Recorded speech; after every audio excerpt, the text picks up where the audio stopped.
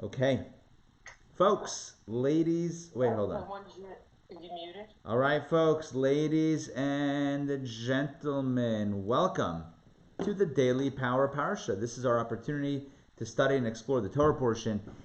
And the Torah portion this week is Korach. We already read about and explored Korach and his demise, his downfall, and we talked about some of the reasons for what he did, for why he did what he did, the aftermath.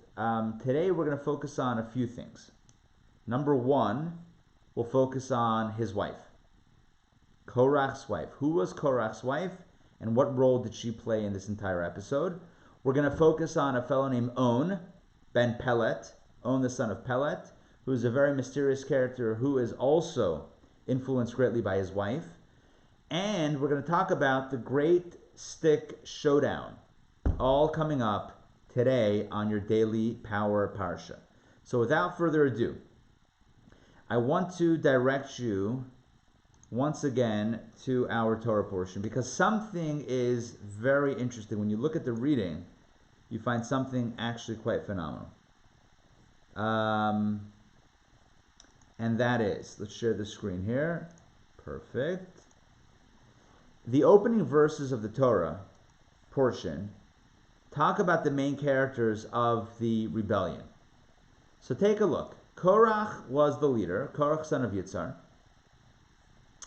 along with Datan and Abiram. Okay, so those are the next ones. And the final person to be mentioned by name is On, the son of Pelet.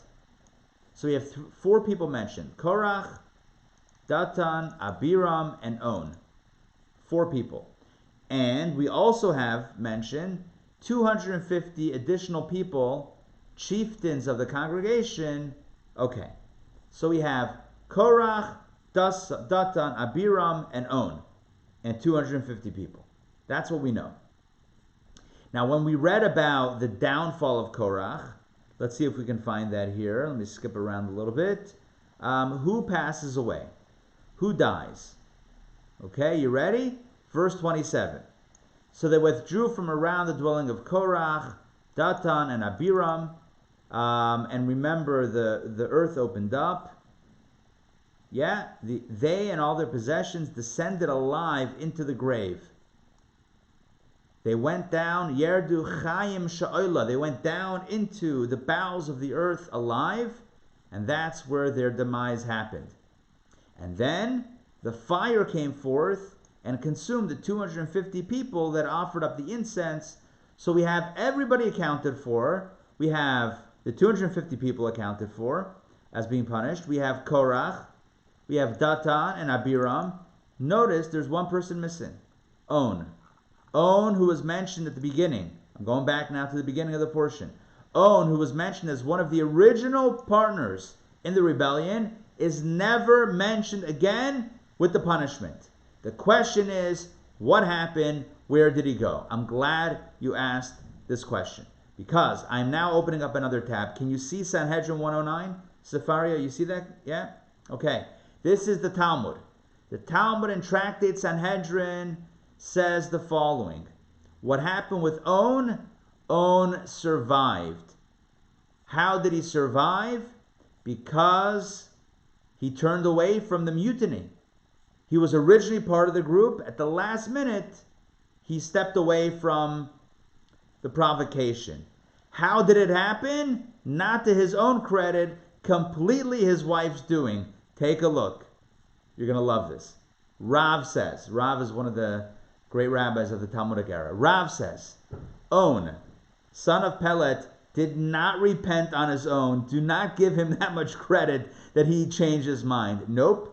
Rather, his wife saved him. She said to him, what's the difference to you?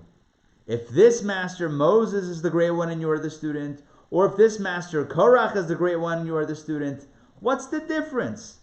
Again, his wife said, why are you joining together with Korach and revolting against Moses? Either way, you're not going to be in charge. Either way, someone else is in charge. So why do you really care if it's Moses or it's Korach? Does it really make a difference? What are you doing? Why are you involving yourself in this matter? Take a look. On said to her, let's send Jareen in. Okay. On said to her, he said to his wife, what should I do? I was one of those who took counsel, and I was one of those who took counsel, and I took an oath with them that I would be with them. In other words, when they had the big meeting, right? Should we do this? I was on the board. I'm on the board. Like, what do you want me to do now? I'm locked in.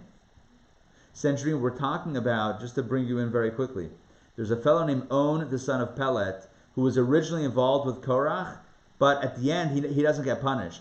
So the question is why? And the answer is because last minute, he separated from that group, from the coup. And the Talmud says it wasn't his idea. His wife convinced him. She says to him, you're aligning with Korach. Why? Why is Korach better than Moshe? Either way, they're the leader and you're the follower. Doesn't really matter. So On says to her, what am I supposed to do? Like, what do you want me to do now? It's too late. I'm already involved in it. I'm on the board. I took an oath. I promised that I would be with them. So look what she says. She said to him, listen, I know that the entire assembly is holy, as it is written, for all the assembly is holy. And that was Korach's word. Korach is the one who said, all the assembly is holy. And what does that mean in this context? She says, and I know they observe the restrictions of modesty. In other words, if they see a level of immodesty, so to speak, they're not going to get involved. They're going to go the other direction and turn away. So she said to him, sit down and I will save you. She is taking action. She is not allowing this to go down and her husband to get caught up in this fiasco. She says, just sit and do what I tell you and it's going to be good. She gave him wine to drink and caused him to become drunk and laid him on a bed inside their tent. So number one is she eliminates the wild card. The wild card is him. Because remember, he has mixed feelings. He's like, well, maybe, I don't know, I promised them, I don't want to be that guy that reneges. She's like, don't worry about it. Listen, have some l'chaim. It'll all be better. She puts him on the bed. There he is. Now, what happens next? So he's inside. He's out of the way. He can't, at this point, he's too drunk to change his mind. Boom. Perfect. Step one, done. Step two, she sat at the entrance of the tent and exposed her hair as though she were bathing. In other words, she kind of like, whatever, she started like undressing or undoing her hair or whatever it was. So anyone who came and saw her stepped back. In other words, they avoided, remember, everyone's holy and they respect modesty. Good. So she was a little bit, whatever, not so modest, or indicating maybe that she was undressing or something in front of her tent. So anyone who came, saw and stepped back. They basically went the other direction. In the meantime, I love this, in the meantime, the assembly of Korach was swallowed into the ground, and the son of Pelet was spared. Great. So in case anyone came to his tent to say, where are you? We're doing this final stand, we're standing up to Moses. Nowhere to be found, number one. His wife is outside the tent. She's doing her thing. They're going the other way. They're like, well, we can't get him. All right, let's go ahead without him. They end up destroyed, and he ends up spared. That's the power of what she did. She saved her husband's life and completely turned him around, or at least got him drunk and got him spared. Now, take a look at what the Talmud says next. A tale of two wives. Here's the contrast. Look at what Korach, the Talmud is about to say. Before you read, hold on, don't read yet. Before you read, let me tell you what's going to happen here. The Talmud is going to tell us how it was Korach's wife who pushed him to fight against Moses. So On's wife pushes him away and says, stop what you're doing. This is crazy. Korach's wife, on the other hand, pushed him in. So the takeaway is going to be, I usually do the takeaways afterwards, but I can't stop myself. The power of the influence of these two women. A tale of two wives, right? One wife who's, encouraging her husband to think clearly, and the other one who's encouraging him in a negative state. But certainly the power of the influence, the power of their wives. Korach's wife. This is, again, on the other hand, Korach's wife said to him, see what Moses is doing? He's the king. He appointed his brother high priest, and he appointed his brother's sons deputy priests. In other words, you're totally left out. You're a Levite, but look at you. You've got nothing. Moses got the power.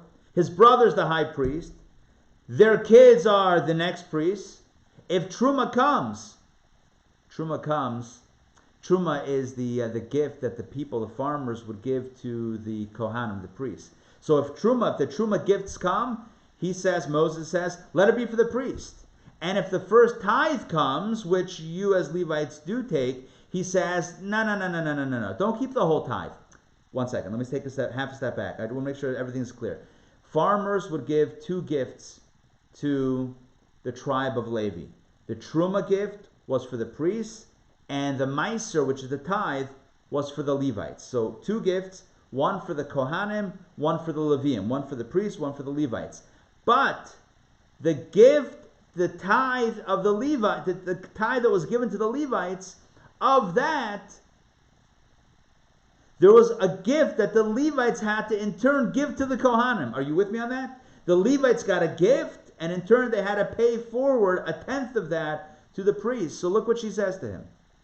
Truma goes to the priest. You're not a priest. Even the tithes that you do get, you have to give 1/10 away to the priest. This is a racket. It's a scam. Moses set it up to enrich his immediate family. And furthermore, look what happens. He shares your hair and waves you as if you're as if you are as insignificant as excrement. In other words, he treats you like, right? Look what happens. Shaves your hair and waves you around. That was, as the Torah said, when the Levites were inaugurated, so they were supposed to get, all their hair was supposed to be taken off, and then there was like a waving off, like they were waved, they were moved around a little bit. So she says that's disrespectful. As though he sets his sights in your hair and wishes you to be shaven and unsightly. Like he was jealous, she says to him. He was jealous of your hair. I was going to say your wavy hair. I don't know why wavy. But she was jealous. Moses was jealous of your hair. That's why he wanted to cut it off. This is all what Korach's wife said to him. Korach said to her, but didn't he also do it? He also shaved his hair like the rest of the Levites. She said to him, since it was all done for his own prominence, he also said metaphorically, let me die with the Philistines. Like, he's taking one for the team. He really means to knock you down, but he can't make it so obvious, so he does it to himself. So he's willing to humiliate himself in order to humiliate you. But the point is that she's saying he has bad intentions. Look at you. He's putting you down. He's cutting your hair. He's taking away your gifts. Moses is no good. She said to him, and furthermore, with regard to that which he said to you, to prepare sky blue dye for your ritual fringes, that is the tzitzit, right? The tzitzit, the fringes. Right? We spoke about them a few weeks ago, or last week. So furthermore, with regard to that which he said to you, prepare sky blue dye for your ritual fringes, one could respond to him, if it enters your mind, Moses, that using sky blue dye is considered a mitzvah, then take out robes that are made entirely of material color with sky blue dye, and dress all the students of your academy in sky blue robes without ritual fringes. Why could one not fulfill the mitzvah in that manner? In other words, why have fringes sky blue? Make the whole garment sky blue. Clearly, she told him, Moses is, no pun intended, fabricating all of this. This is the meaning of that which is written, the wisdom of women builds her house. This is referring to the wife of On, son of Pelet. And the next verse, or the very same verse, which says that folly plucks it down with her hands, this is referring to the wife of Korach. Basically, a tale of two wives. The wife of On saves her husband's life and turns him away from a path of destruction, and the wife of Korach encouraged him down that path of destruction, basically making him feel like Moses has it out for him. You know what I would say this is? How I would refer to this? I would call this conspiracy. Like, she basically wove together a conspiracy saying, Moses is out to get you, he doesn't like you, he's consolidated all the power and the glory and the honor and the wealth for himself and his family and Aaron, he's taking away your wealth, he's shaving your hair because of this, that, or the other, he wants to keep you down. and furthermore, his whole teachings don't make any sense. So she's fabricating this very elaborate, very detailed, very damning, if you will, conspiracy, and she makes her husband feel like garbage.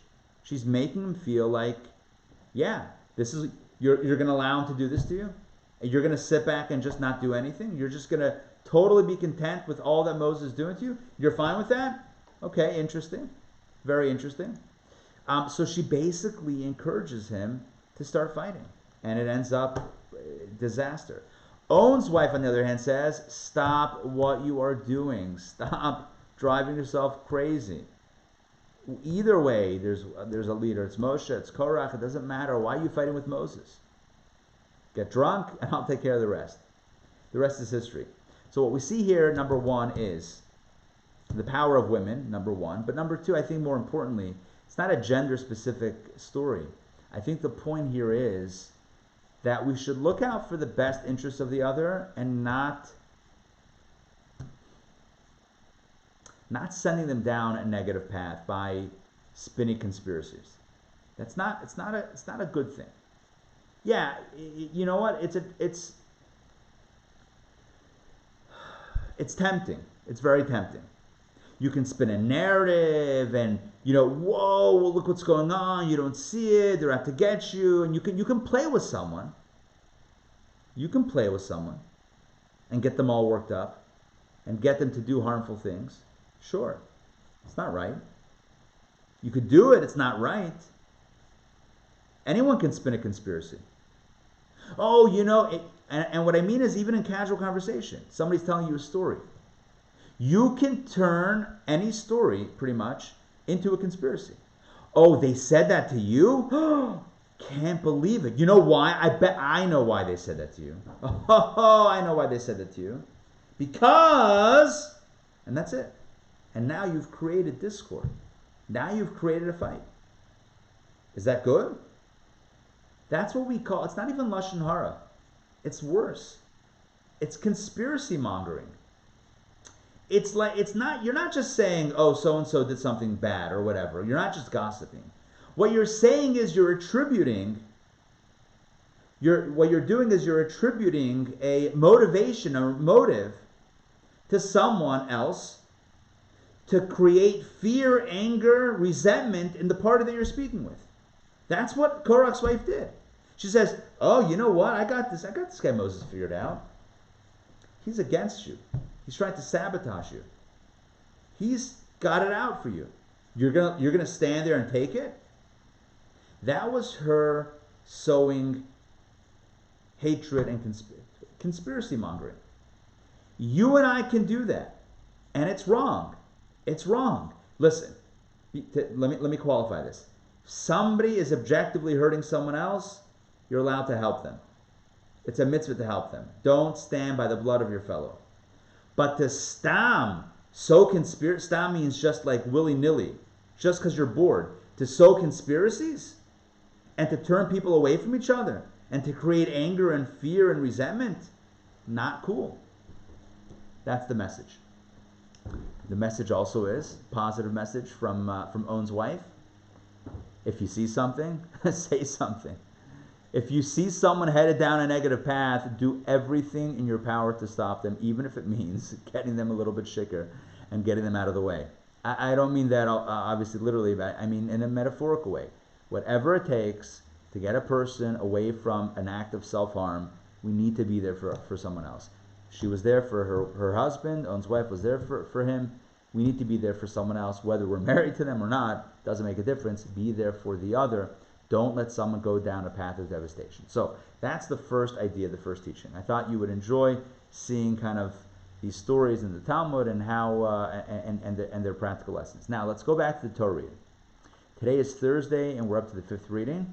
We have something fascinating, which was the subject of last night's Torah studies class, which is after all of God's signs, after the earth swallows up Korach, and after the fire consumes the 250 people who brought the uncalled for, unwarranted fire offering with the incense, after all of that, And after we read yesterday that 14,700, I believe, people died because they still came back to Moses and Aaron and said, you killed good people, and more people died from a plague, and Aaron saved them with the incense.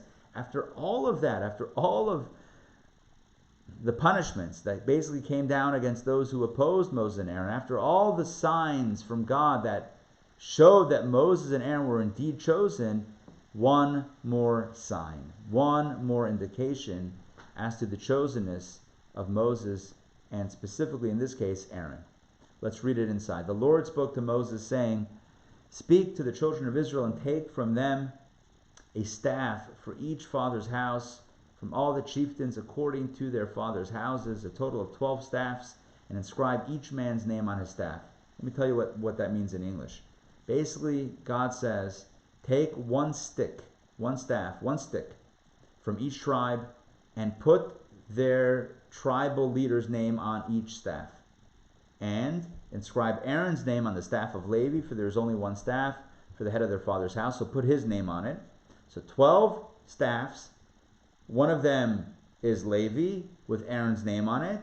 You shall place these staffs in the tent of meeting before the ark of the testimony, where I commune with you. And the staff of the man whom I choose will blossom, and I will calm down or turn away from myself the complaints of the children of Israel, which they are complaining against you. Basically, we're going to do a contest. Put all these sticks down, and whichever dried out dead stick suddenly blossoms and comes to life, that you'll know is the one whom I've chosen. Moses told this to the children of Israel, and all their chieftains gave him a staff for each chieftain according to their father's houses, 12 staffs, and Aaron's staff was amidst their staffs. So he put it right in the middle of the staffs, kind of in the middle of the deck, not on the outside, just stacked in the middle.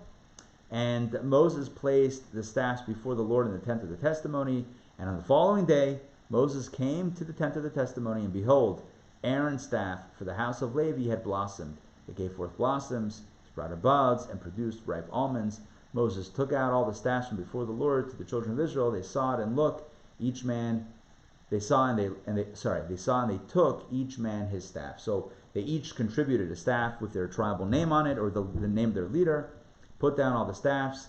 Only Aaron's staff, representing the tribe of Levi, sprouted. It sprouted blossoms, sprouted buds, and produced almonds.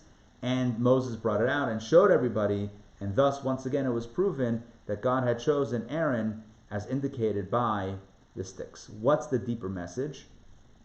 We had one last night. We spoke about it in Torah studies. I want to share with you a different message.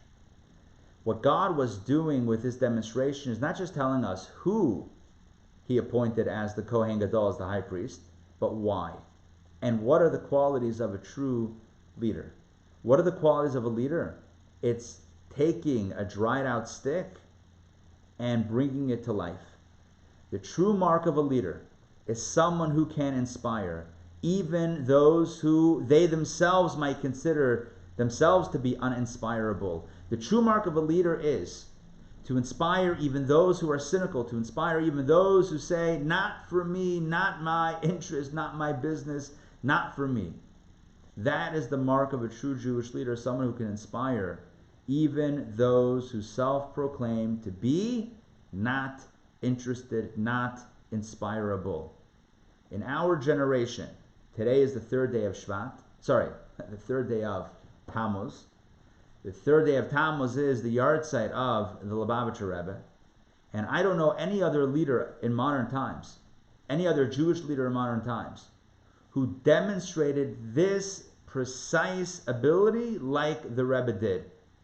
To take a Jewish people, post-Holocaust, that were tired and beaten and broken, and to not just say that the message is, let's Jewish survival. Let's not let Hitler win. So we have to survive. Many people had that message. The Rebbe had a different message. The Rebbe's message was, Judaism is alive. It's vibrant. It's good.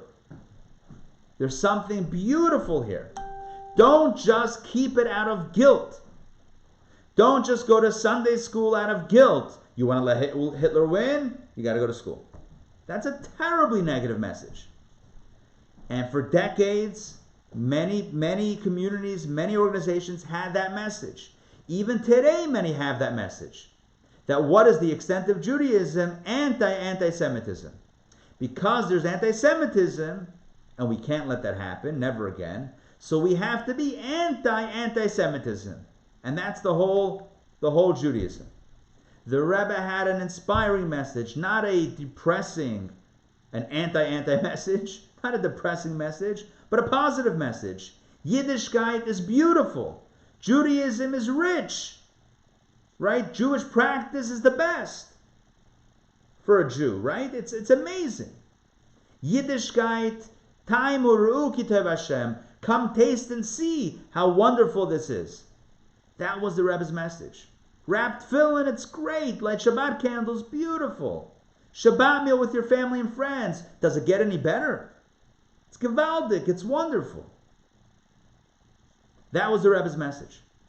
And the Rebbe took a broken generation, by all accounts, and revived. Right? It's like, I don't know, I remember ER, right? The show. Right? Whatever that thing is. Yeah? Defibrillator or something? Yes? Is that what it's called? No? Something? Yeah. Right? The Rebbe revived Yiddishkeit. And others as well. But listen, as a Chabad rabbi, as a Chabad chassid, on Gimel Tammuz, on this day, we're talking about the Lubavitcher Rebbe today, friends. Right? The Rebbe exemplified, lived this test, this final test to prove Aaron's leadership. It wasn't so much a proof, but a demonstration of who and what Aaron is and why he's chosen for the job. You know why Aaron is Aaron? You know why Aaron is the high priest? Because he can take a stick and bring it back to life. He can take a dead stick and bring it back to life, producing buds and blossoms and even almonds. In other words, not only alive, but alive to give life to others as well. The Rebbe took a generation that was comatose, spiritual, lethargic. American Jewry, my grandfather was born in 1922. He just celebrated, Kanai Nahar just celebrated his 98th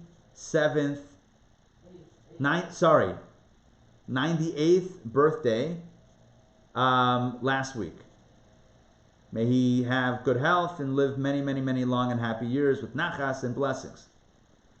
So, and many of you have met my grandfather. He's been in Atlanta many times, most recently for a bar mitzvah back in January. So, but he tells me, he grew up in Brooklyn, born in Brownsville, went to yeshivas over there. When Lubavitch came to the shores of the United States, and the previous Rebbe came in 1940, they opened up the yeshiva a few years later. They were recruiting guys to come to the yeshiva. He wasn't a Chabadnik. His parents weren't Chabadniks. Yeah? But he saw it. He loved it. It was great. It was energy. He joined. He signed up for it. The next thing you know, the previous Rebbe sent him around Worcester, Massachusetts, New Haven, Connecticut, to start yeshivot, to start schools over there. We have to get a Jewish network of day schools started, the previous Rebbe said. And that's how it started. And then my grandfather was sent by the previous Rebbe to Pittsburgh to start teaching in the newly formed school in Pittsburgh, and the rest is history.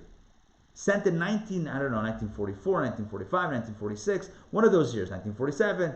Clearly, I don't know the year, but it was one year in the 1940s where he was sent to Pittsburgh. And he tells me, Pittsburgh, they had a lot of kosher butcher shops, but that was it. No one had beards, no one had whatever. I mean, it was, it was cultural, but it wasn't alive. The previous Rebbe passed away in 1950. The Rebbe took over in 1950, 1951, and revolutionized American Jewry and world Jewry. The fact today that you have Jewish people of all, and even beyond, people of all affiliations and all groups, all religions even, that understand, no, on Hanukkah you're going to come out and you're going to have a beautiful Hanukkah lighting for everybody. In Virginia Highlands, in Decatur, in Pont City Market, Midtown, that's just Atlanta, right? But everywhere you go, you'll have a public menorah lighting, which is a night, a celebration, Jewish pride and religious freedom. That was the Rebbe not hiding behind anti-Semitism saying, we have to fight anti-Semitism, we have to put out a press release. That's not what that was. That's not a demonstration. It wasn't a press release, and it wasn't a fundraising campaign. It was simply Judaism is beautiful. Jewish messages are rich. Let's do it. Let's share it. Let's enjoy it. And the Rebbe revived Jewry in the United States and around the world. Which other leader in all of history had a vision in which the mandate and the mission was, we care about every Jew around the world. If there's a Jew in Tasmania, they need to have access to Judaism. So we're going to send shluchim to Tasmania and Johannesburg. And I just read an article, a stunning article by Rabbi Yossi Goldman, one of the Chabad rabbis in Johannesburg, South Africa. He just wrote an article, and it is magnificent. I put it on my Facebook page, I think yesterday, about how the Rebbe revived Jewry in South Africa. As you may know, many Jews left South Africa, and the Jewish community was at the precipice, basically at the brink of absolute and total collapse. This is going back a few decades. This is before apartheid fell, right? This is in the 1970s and 1980s. The Rebbe single-handedly, read the article. It's all documented. It's all documented. Read the article. The Rebbe single-handedly kept the community, Jewish community in South Africa, alive. And this is the story everywhere. So what's the point? The point is, what is the mark of a true leader? What's the mark of a Rebbe? Someone who can take a stick and make it alive again, and make it blossom, make it bud, make it blossom, and make it produce something beautiful. Hopefully, my greatest wish in my life is that I have the opportunity to carry forth the Rebbe's message, the way the Rebbe looked at other people, with absolute love and absolute belief in their greatest abilities, and also to be able to transmit Torah in a way that inspires you in some way. That inspires you in some way to not only be inspired, but in turn inspire someone else to pay it forward. So that's a message for today, for Gimel Tammuz, for the Rebbe's Yahrzeit. And I encourage you all to think about something, some mitzvah, some sort of mitzvah resolution, something that you can do in honor of this day, to be a little bit more alive in your Judaism, and to share that inspiration and life with someone else, to keep passing the message, keep on passing the inspiration forward, because that's really what this is about. Thank you very much for joining me today for Daily Power Parsha. I hope you enjoyed our themes. We talked about the power of influence really throughout the session. On's wife, keeping him away from demise. Korach's wife, pushing him over the edge and into the abyss. And, of course, the mark of leadership of Aaron and every great leader, which is about inspiration. It's not about negativity. A leader's job is not to sow fear or negativity. A leader's job is to inspire, to bring a stick to life. That's it. Thank you very much for joining me today. Hope you enjoyed. Tonight we have Tanya at 8 p.m. And for those that are involved or have been involved with Rosh Chodesh Society, Leah sent out an email earlier. We forwarded an email about a very special program in honor of Gimel Tammuz from 7 to 8. So 7 to 8 p.m. If you need the link, let me know. I can share it with you. All right. Thank you very much. Have a wonderful day. Have a meaningful day. Don't forget a little extra prayer, a little extra tzedakah, a little extra Torah in honor of this 26 years of the Rebbe's Yahrzeit. Thank you again. We'll see you soon. Thank you. Your teaching inspires us. Thank you. Thank you. Very much. I appreciate you saying that. Thank you. See you guys soon. Take care. Bye.